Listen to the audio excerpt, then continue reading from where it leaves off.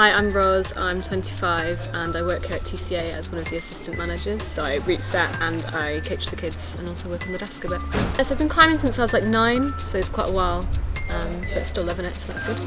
I think we went climbing because there was a centre opening in South Wales called the Welsh International, which I think is still open now.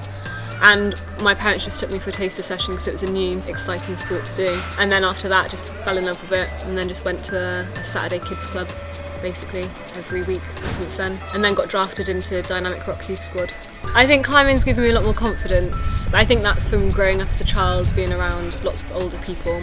So like quite a lot of the people at the wall were like 30, 40-year-old men who'd like help me climb. And I think that just gives you a better confidence in life and a better rapport and respect for other people. I think the climbing community is quite special in a way because it's so inclusive. I think it's quite nice that no matter what your age or gender, you can generally mix with a wide variety of people. Like here at TCA we've got lots of women's groups, so it's quite inclusive in that form. So it is a generally really inclusive sport, so that no matter what you're into or what level you're at, there's something available for you. I'm just proud that I've found something I enjoy and that it's like such a nice sport that takes you to like lots of different countries and you can climb wherever, no matter what grade, and you can just enjoy it. I'm proud to be a coach here and get new people into the sport because someone did that for me when I was younger, and it's nice to like give back to the community in that way. But climbing is not just about grades, it is about general enjoyment. And if you enjoy it, do it. It's a great sport though. I guess my motivation to try harder things just comes from a desire to see how far I can go in the sport. And because I am quite a competitive person, I'm like competitive in myself in that you set yourself a challenge and you want to see if you can achieve it, and then you sort of do everything you can to try and achieve it.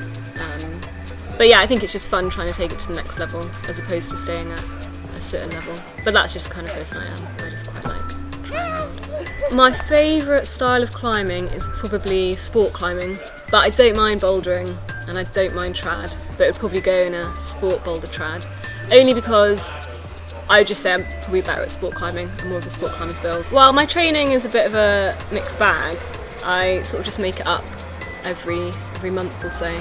Or like if I book a trip in that's boulder, then I'll train for boulder, or if I've got like a lead comp coming up, I'll train for lead. Comps I'm not particularly great at, or like my headspace for comps is not particularly great.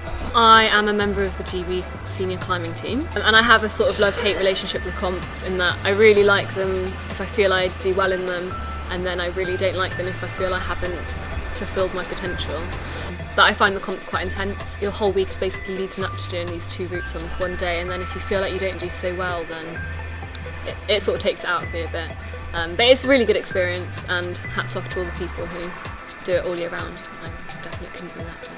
But I'm sure if you don't do well in a comp, you just have to pick yourself up.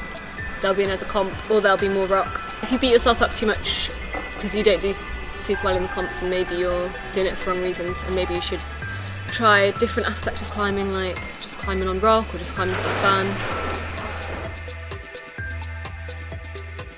Do you see any kids come through and you're like, that's me? No one's as good as me. Sorry.